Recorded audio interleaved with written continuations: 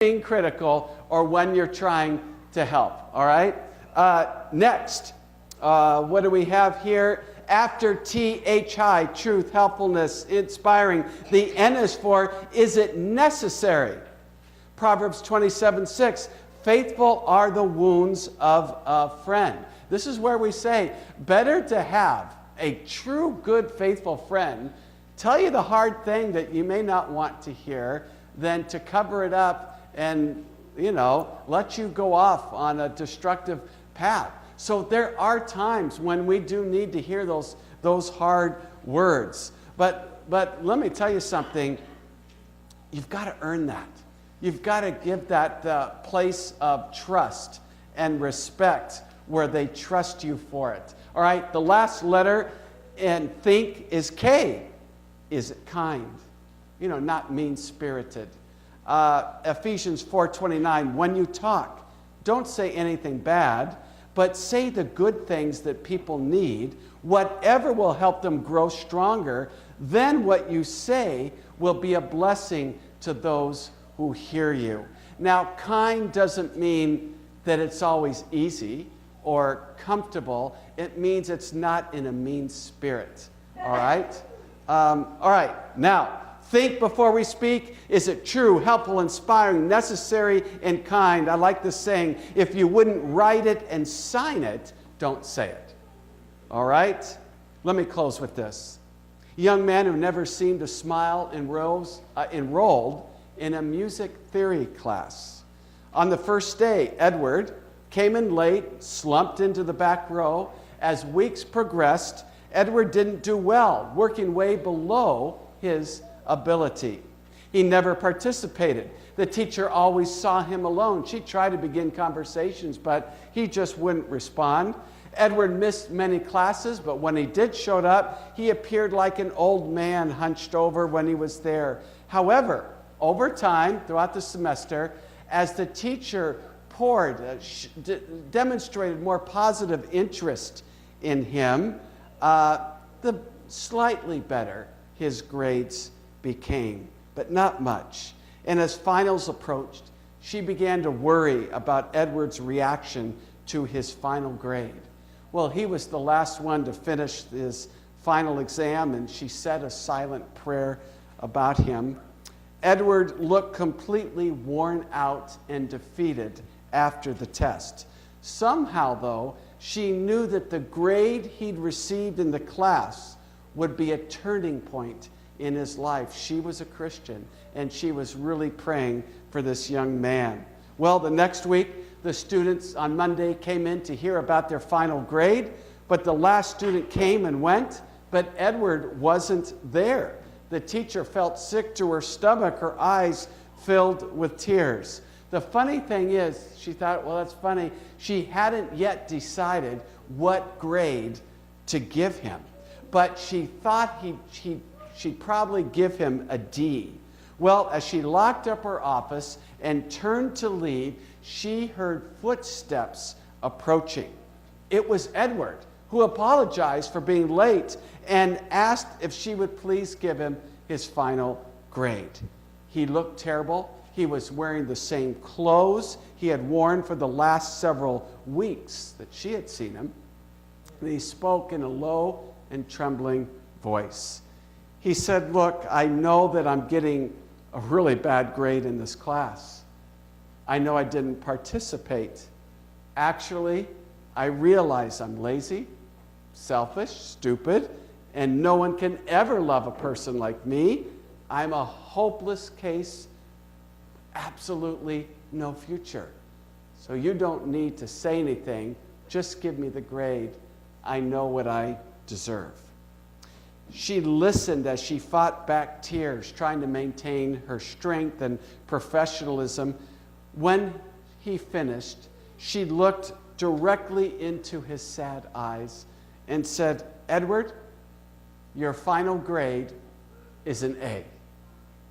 "An A? You're giving me an A? Why would you give me an A when I did such a poor job?" The teacher said, "Edward, you may appear to be a D student, but I believe you are an A person. I believe in you now, and I will always believe in you. I am here for you now, and I will always be here for you. Never, ever forget that. Now go and create the life you dream of. Believe that you can do these things. I will be watching, and by the way, Edward, I love you. She had never graded a student that way and wondered if she had done the right thing. Exhausted, she went to sleep that night. At 3 a.m., the phone rang. The man on the line said, "I'm a priest from Edward's church, and I have something to tell you. I want to thank you on behalf of Edward's family and myself for saving his life today." The priest went on to explain that Edward had an older, jealous brother who constantly belittled and verbally abused Edward.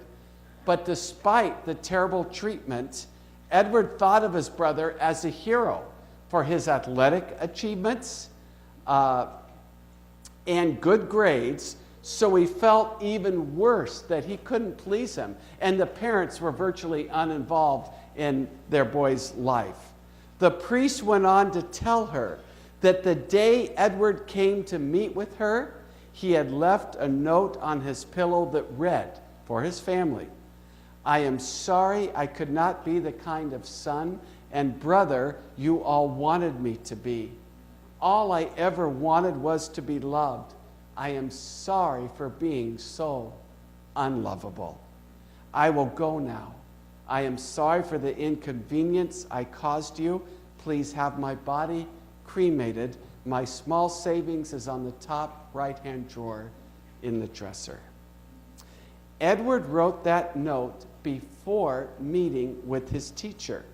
His plan was to see her one last time before taking his life. But when she gave him an A, it sent the message that someone believed in him finally, that she loved him despite his failures and would be there for him in his corner. So that was the moment he changed. He had never heard words of encouragement and blessing before, so he left her office feeling positive and uplifted for the first time in his life, and he dropped his plan to take his life. By the way, Edward decided to re-enroll in the music theory class, and after hard work and tutoring, he got a genuine A+. Today, Edward has a beautiful wife and 4 sweet children. He's a successful dentist in Southern California and donates his time to encouraging abused and neglected children, helping them to find love, acceptance, and hope. You know, the appeal is very simple today. We never know how what we say can change someone's life for better or for worse. So by God's grace, let our hearts be good so our words can build up instead of tear down, so we can be the much needed blessing at the right time and in the right way people are longing and needing to hear. Our closing hymn today is Gentle Jesus, Meek and Mild, number 540.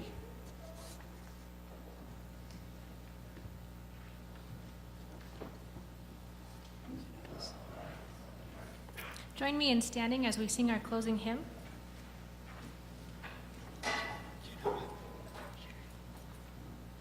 Hey, Anya, we're not sure we know this song, so why don't you play it through once and we'll go from there. I think our pastor likes to give us little quizzes on.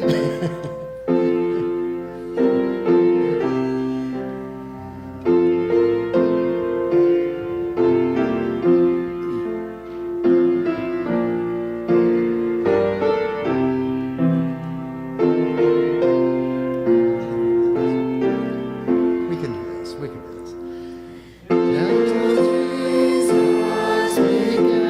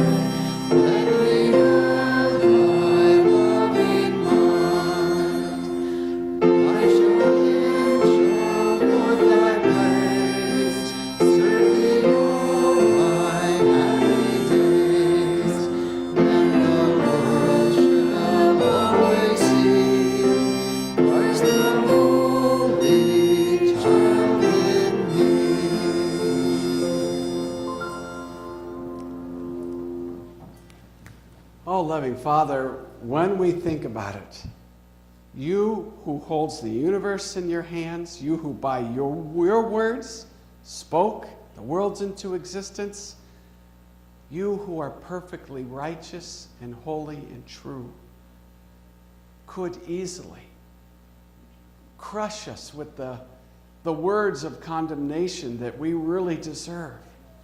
And yet you speak so much grace and peace and hope. You're so long-suffering, and you keep painting a picture of what we can become. We also appreciate the times that you're honest with us, the times because you've built this loving trust and relationship with us, that you say hard things we need to hear out of the most tenderest love, but we can take them because you've earned that place in our hearts by your unbelievable grace. Father, help us treat people like you've treated us. It's all it's about today. In Jesus' name, amen.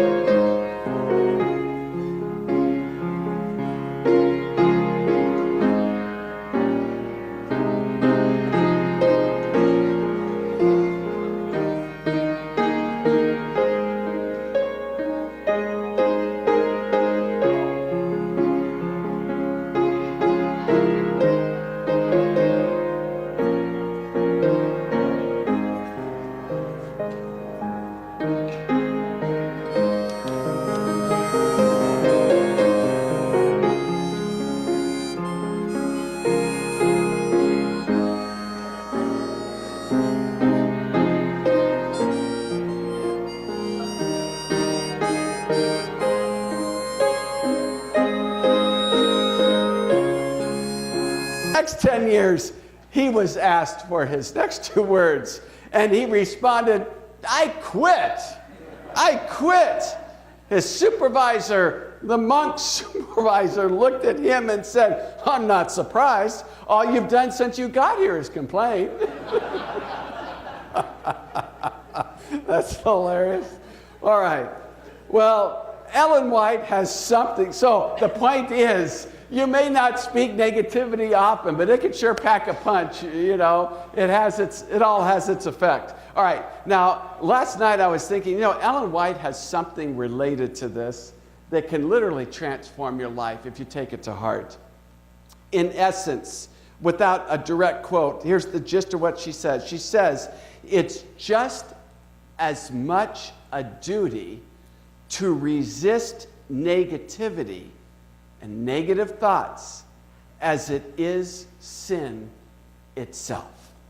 We think it's a duty, she would say, to resist, temptation and adultery and stealing and lying. She says it's just as much a duty to resist negative thinking that leads to bad words and bad speech and gossip and all that, as it is to resist the worst sin you could think of. That's powerful. It's just as much a duty to resist Satan when he is tempting you to gossip to someone. And by the way, if you think you're special because someone comes to you, hey, did you hear about so-and-so and what they're doing, and they're being critical of them, and you're going, yeah, really? Wow. Don't you get it? If they're willing to be critical and gossip about someone else, they're going to be willing to do that about you too. No, don't think you're special, right? Don't think you're special. So the point is here that Ellen White says it's just as much a duty to resist those temptations with our speech as anything else. All right? Now, James has even more to say. I would say James here is the spiritual Smokey the Bear, saying only you can prevent forest fires. Because that's really what he's talking about here. Let's look at this. Look at verse 6. he says, the tongue is also a fire, a world of evil among the parts of the body. It corrupts the whole body, sets the whole course of one's life on fire. Again, let me pause. There is some relation. If we cannot control our thought life, we cannot control our speech. And he says it all plays into the same big picture. If you can control your thought life, you can control your speech. If you can control your thought life and speech, you can control every other part of your being.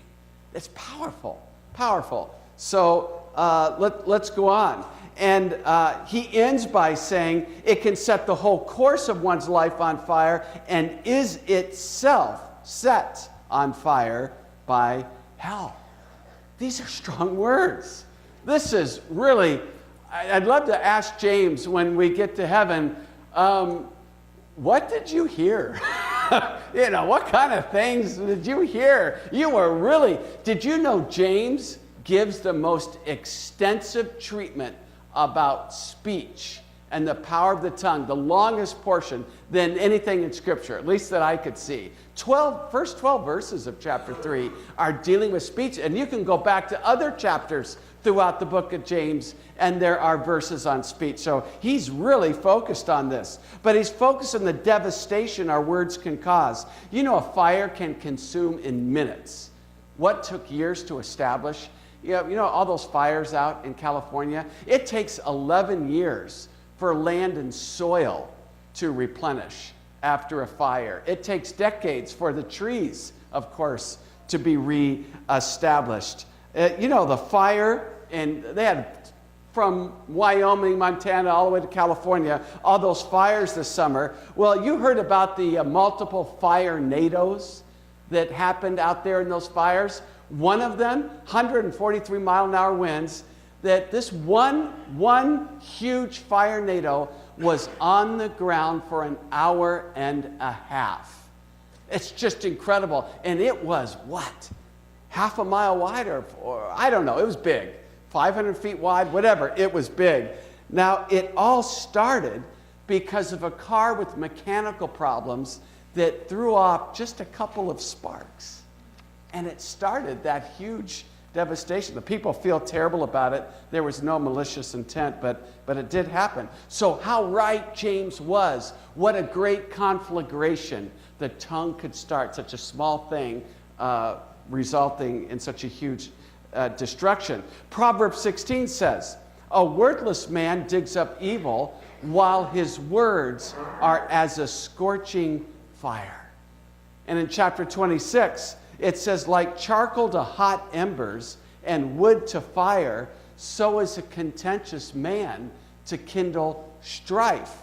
And yet he also notes, for the lack of wood, the fire goes out, and where there's no whisperer, contention quiets down. All right? So don't feed the fuel with our gossip and negativity. Now, let's deal with one of the hardest parts of this text, is where James says that the destructive use of the tongue has its origin where? In heaven? You know, how often would we like to believe that our words are, you know, when we criticize someone or we're negative or we gossip, we say, well, you know, these words have a heavenly source. You must hear this. And there is a place, as we'll see later on, for some hard, difficult words. However, James says that most of our negativity there, most of our hard words, has its source where? In hell. It's not a curse word in this context, right? There is a hell in this context. And so he says that's where this stuff has its origin. Now, the word for hell, does anyone know what the word for hell in Greek literally means? You know, we use it. What does it literally mean?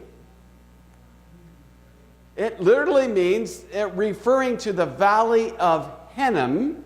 There's Gehenna and there's Hinnom, which was a deep gorge outside of Jerusalem where the bodies of dead animals and executed criminals were dumped and continually burned. The location had originally been used by Canaanites and then some Israelites who did what out there? Do you remember what they did?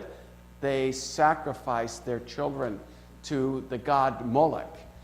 And so the place was considered to be so unfit now for any decent usage that it came to be used as a garbage dump, which was continually burning. So James is saying, you know that stinky, smoldering dump south of town? Our tongues can be just like that. When we spew out harmful words, the garbage in our hearts is set ablaze. It's like that putrid smoke of the trash heap burning in the valley of Hinnom. Our tongues reveal to all the true wickedness of our hearts. Just like smoke rises from a fire, you could see the smoke. That's what happens from the fallout of our words. Now, after reading all that, folks, this was not an easy message to prepare. I wanted a break. I said, why can't he just have a few words on words and let it go? But, just when I want to cool off a bit, James doesn't let up. In verse 7, he uses some more analogies. He says, for every species of beasts and birds, of reptiles and creatures of the sea, is tamed and has been tamed by the human race. Wow, that's a pretty big statement. Go think about at least lions and tigers and bears and things like that. They could tame a lot of those. Today we tame dolphins and whales to some degree. But he says, no one can tame the tongue. We can tame all these wild creatures, but we can't tame the tongue. It is a restless evil and full of deadly poison. Wow. James says that our words are like wild animals lurking about that we can't control. Now, how many of you have ever had to call animal control for something? Anybody? What kind of things did you call them for? A stray elephant? What was going on there? What did you say? Oh, raccoons. Yeah, we did that too in Ohio. Tons of raccoons. Anything else interesting? What? A dog. Boxer dog?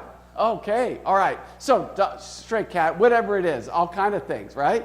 Okay, well, imagine. I was thinking about that, and I was thinking, well, if James is talking about the untamable tongue and likening them to wild creatures, I was thinking, imagine if our neighbors, you know how they have dog catchers, right? Imagine if our neighbors called a wild word catcher on us every time they heard us using, anytime our adjectives needed adjusting, right? They called the wild word catcher or the stray syllable society if we need it. What would happen if a couple word catchers knocked on your door? Excuse me, sir, does this word belong to you? We caught it running loose, gossiping about everyone at work. Your boss said it sounded like one of yours. You punctured a lot of reputations, so we need to quarantine your tongue before it hurts someone else. Wouldn't that be amazing? A wild word catcher. Well, we don't have time to look at everything here, but in verse 9, James basically says, we had it in our scripture reading, it's crazy how both praising and cursing can come out of the same mouth. This is what James is saying right there. He says, it's amazing that you Christians come to church and sound so good and holy, but when you leave, you destroy people's homes and lives with the burning power of your destructive tongues. So James keeps saying, look, if the source of your heart is really God, then what comes out should sound like Him. Does that make sense? Is that fair?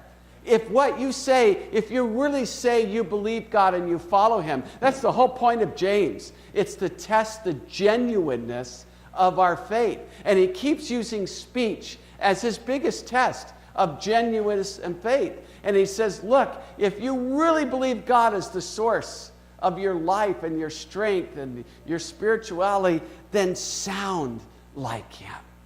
Then sound like God would talk and treat people that way and in the tone that God would use.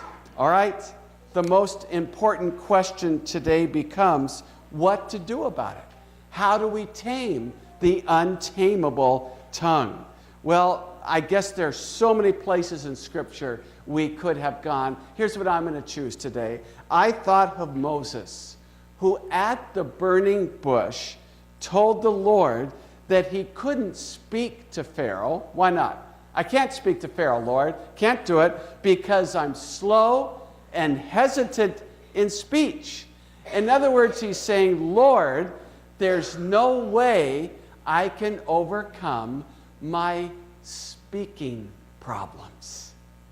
And this is what we're talking about. I thought, what a great analogy. Let's use this. And some of us say, you know what? I've got a problem with negativity. I've got a problem with a critical spirit. I've got a problem with gossip. I don't think that's me. That's just kind of me, and I don't think I can ever get over that. But let me ask you, did God accept Moses' excuse? No, he didn't. Instead, he said, I love this, he said, who made your mouth, Moses? That's what he said. Who made your mouth? Is it not I, Yahweh? Now go, I will help you speak, and I will teach you what to say. Isn't that great encouragement?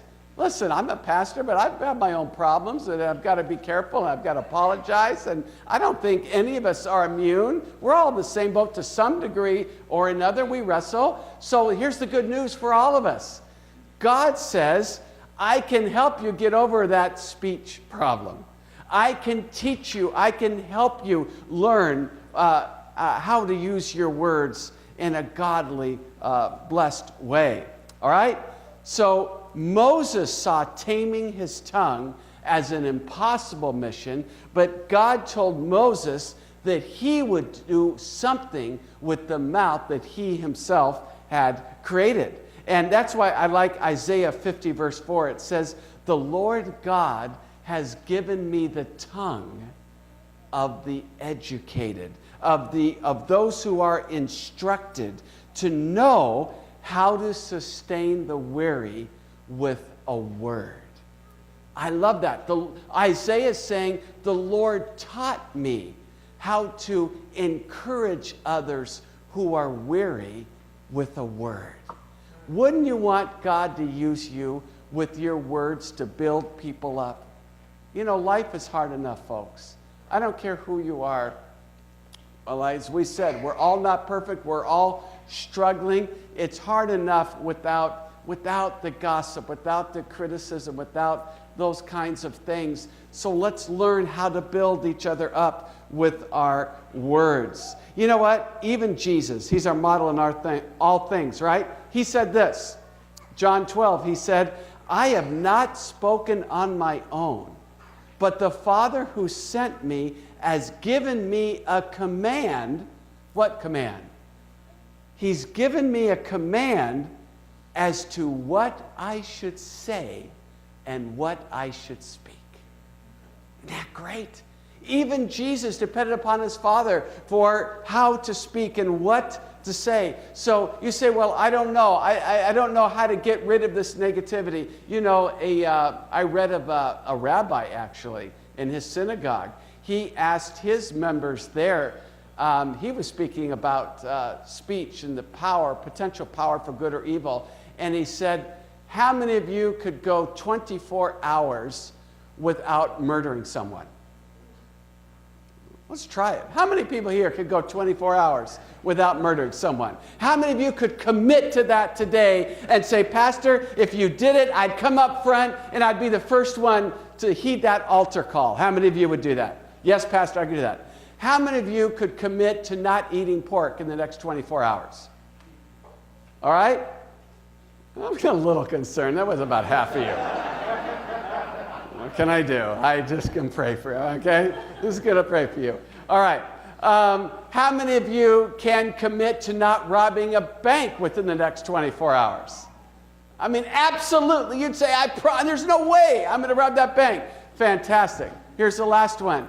How many of you can commit to going 24 hours without saying anything negative to anybody? All right, I'm a brave soul. Come on, Paul. God bless you. I got one taker. Let's bless Paul for that. All right. You know what? Isn't it funny? I'm not going to murder, Lord. I'm not going to deed on the unclean stuff. I'm not going to steal, cheat, or lie or anything. But the negative words, not so sure about. And isn't that proof that this has an effect on if we don't have control there, we really don't have control.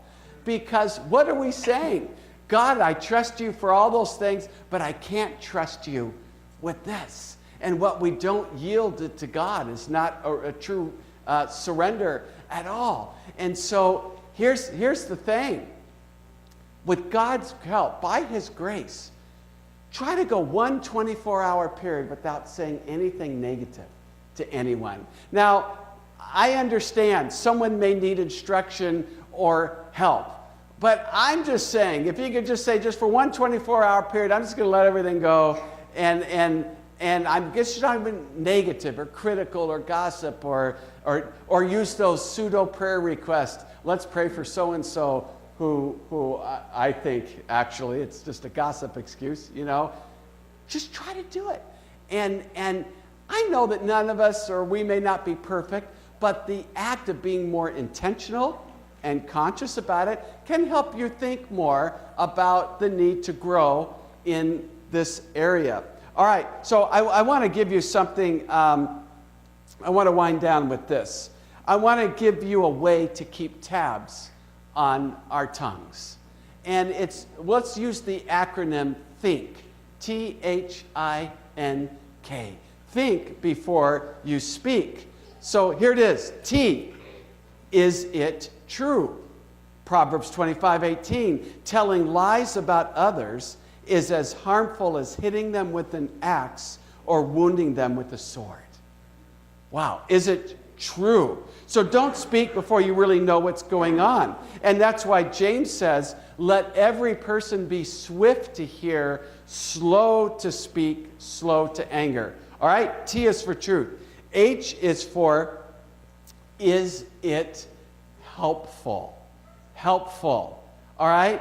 Did you know that God did not call us to give a running commentary on everyone's life?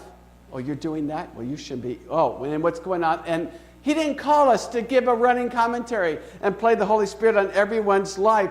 Only get involved if God is leading you and it's helpful. You know, just think about it this way.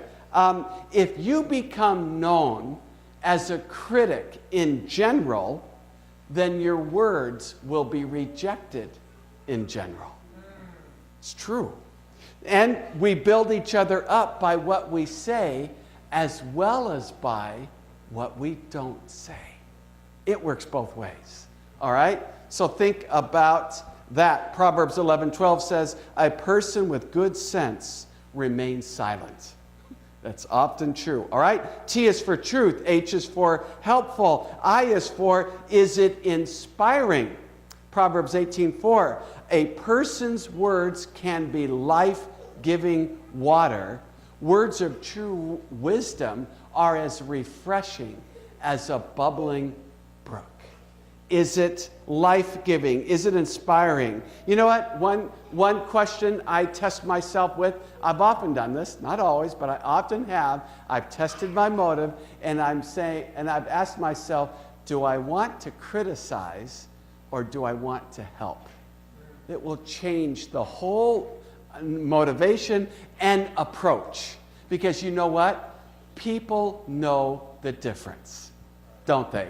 They know when you're... I really like what you do when you come together like that. I think that adds a lot to our singing and worship. So I really appreciate that touch when you guys do things like that. So keep that up. It was just so nice. And Samuel's still in here? Oh, thank you. Thank you. Samuel, you still in the sanctuary? Samuel, I want to thank you for coming here, ministering to us today. I want to thank you in advance for the concert you're doing at Potluck today. I really appreciate that. We're really looking forward to that. And I will invest in your CD. Thank you. You really have a gift. Thank you for ministering to us. I hope we have much, much more of you, Samuel. I did not miss a Northside Sabbath. Last Sabbath was a Holland Sabbath, but I was with Hannah for quite a while. We drove cross country. We gave her our car because we had to have enough room to load her things up and her little dog, Chewy. That was fun, getting out every 5 minutes for Chewy. But no joke, she has moved to, my daughter is probably the greatest, the sweetest Christian I know, but I've got to tell you, unfortunately, she's wound up in the hot place. Bullhead City is the hottest place, I'm told, of habitable population. Over 40,000 people, so it's the hottest city in the United States. Today is, I don't know, 113, 115, I'm not sure. They reach 130 at times. It's not unthinkable. They've reached 120 to 130 with 47% humidity at times. I cannot tell you how hot that would be. Normally it's 10% humidity, but they can have that when a storm is in the area. So it is hot. I thought this humidity gets to me, but that heat got to me. It was just incredible. But she's happy. We know the pastor there even used me in a sermon illustration. That was nice. I'll get him back someday. But and then we have former church members from Michigan who go to the other church in the district, which she's visiting today at higher elevation. So go 3,500 feet up, and we thought we were in paradise.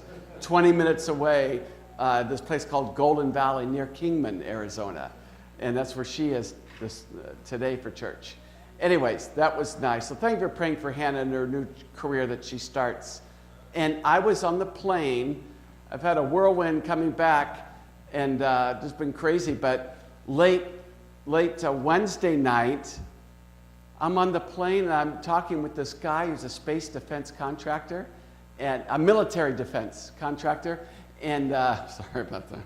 And his kids live in Bullhead City, and he's just coming to Lincoln on his way to Grand Island, so that was kind of neat.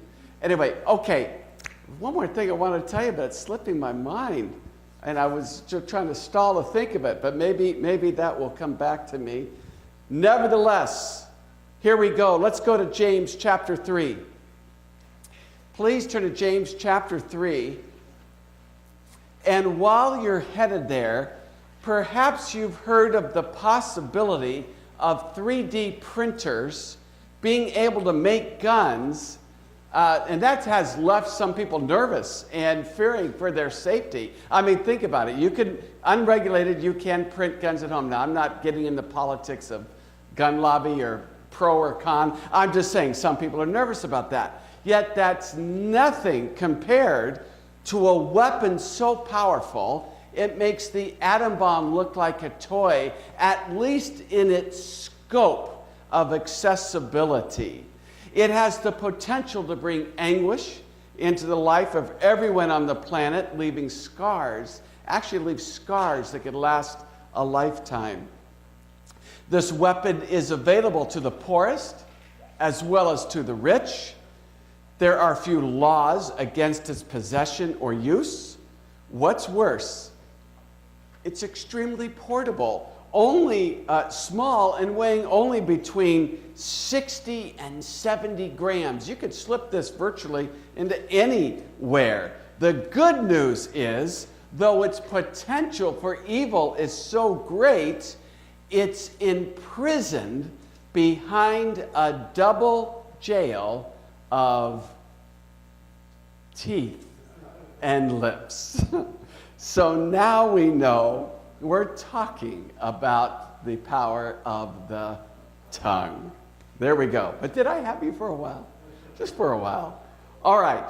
From the very day God breathed life into Adam, we see the potential power of our words. For in a 2,000-year-old Aramaic translation of the Old Testament, get this, instead of saying Adam became a living being, this translation actually reads, Adam was given the spirit of speech.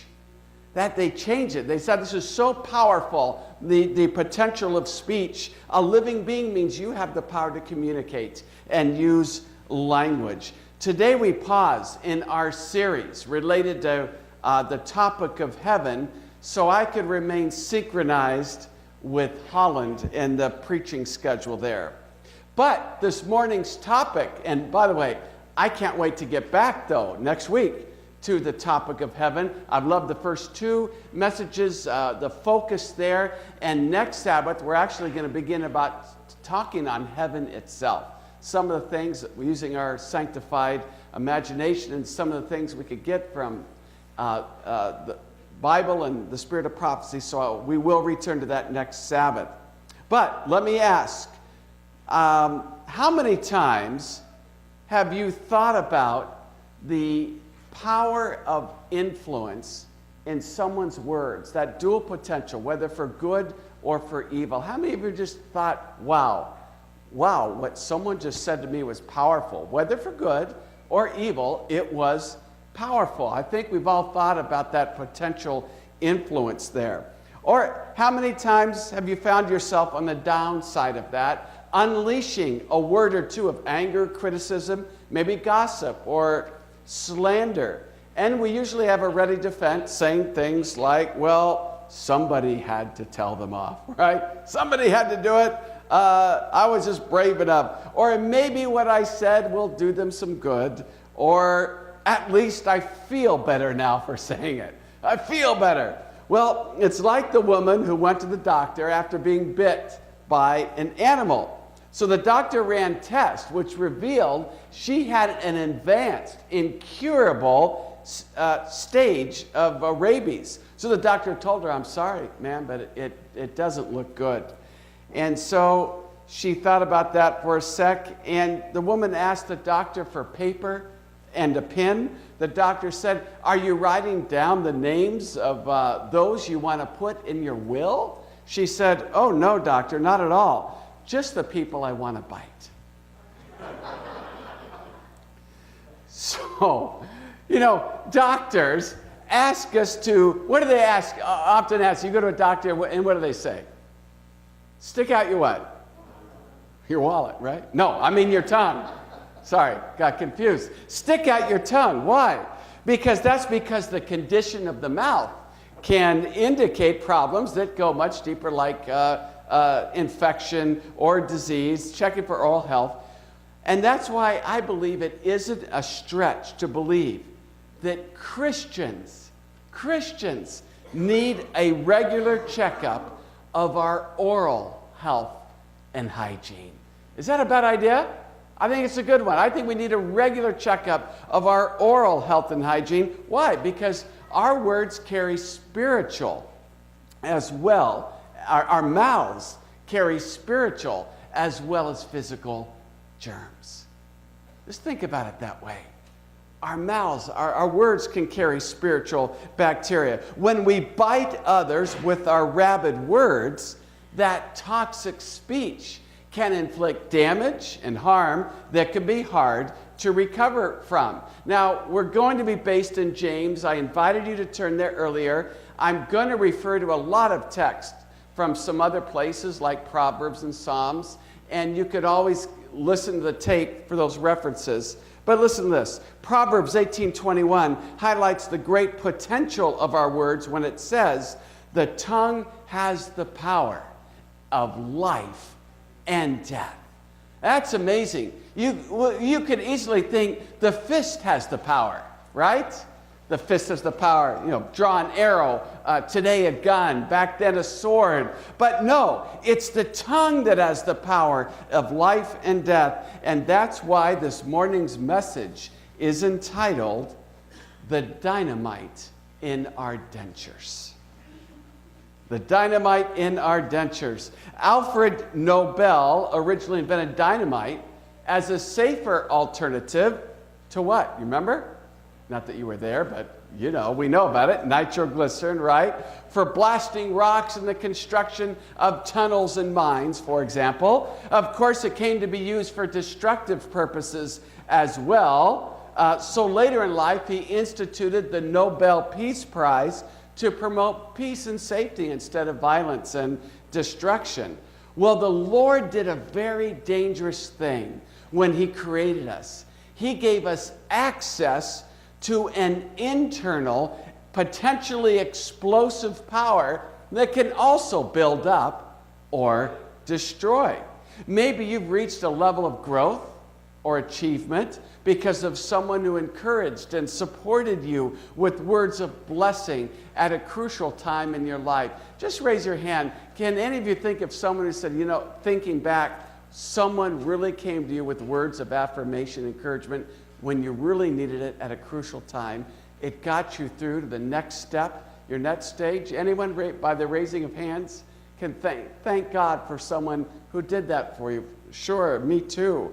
Or maybe it's been the opposite. It's been hard to climb past the boulders of criticism and abuse that were hurled your way. All of us know of marriages that disintegrated and friendships that ended because they lacked either the ability or the will to communicate constructively. And think about this. All of us know of members who have left churches because of the dynamite in the dentures that left a gaping and painful wound, right? How many people have said, I was so hurt by those people at that church? Well, the funny thing is, the ones who do most of the blasting are usually the last to see they have a problem themselves. So let's turn to James chapter 3 to gain some much needed insight into the power of the tongue. Let's dig in right away in verse 2. James writes, "For we all stumble in many ways. If anyone does not stumble in what he says, he's a mature man who's also able to control his whole body." Now, this is really interesting.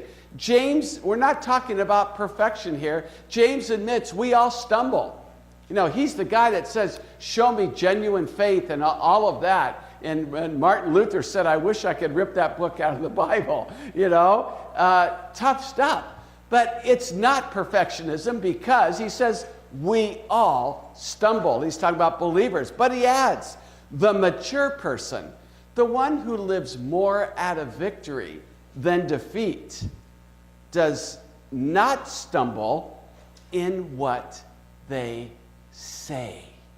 Now, why is this interesting? Well, to me, you'd think he'd say the mature Christian is the one who doesn't steal or cheat or lie, right? That's the mature Christian. But instead, he says that the greatest indicator of genuine faith is the one who has control over their speech. That's powerful. Instead of all those other things that we could have listed, all those moral failures, he says that the greatest genuine indicator of faith is those who have control over their speech.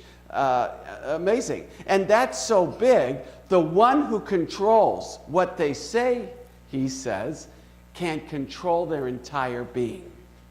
You get control over your tongue. You have control over everything else, what so many of those moral failures have to do with. So that's really powerful. It's big for James because he knows that the tongue only speaks what the heart produces. That's why this is so big. It's a great indicator of the heart. I may not know if you're lying. I may not know if you're cheating. I may not know if you're stealing. But we can all know how we are with God by the use of our tongue and speech.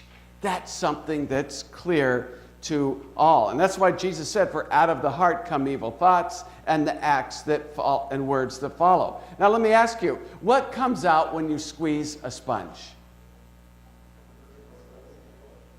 Exactly, whatever it's already soaked up. So what comes out of our tongues simply reveals what was inside to begin with, what we've already soaked up, all right? And that includes our tone, the way we say things as well, all right? Next, James uses a couple of analogies to help us understand the potential influence of our tongues. In verse 3, he says, when we put bits into the mouths of horses to make them obey us, we can turn how much of the animal? The whole animal, all right? In other words, he's using this as a comparison. If we learn how to use the bit of our mouth, we'll have the ability to steer our entire life. The leverage the tongue has is amazing. Or James says, take ships as an example. Although they're so large and are driven by strong winds, they're steered by a very small rudder, which the captain, the pilot uses to go where he wants to go.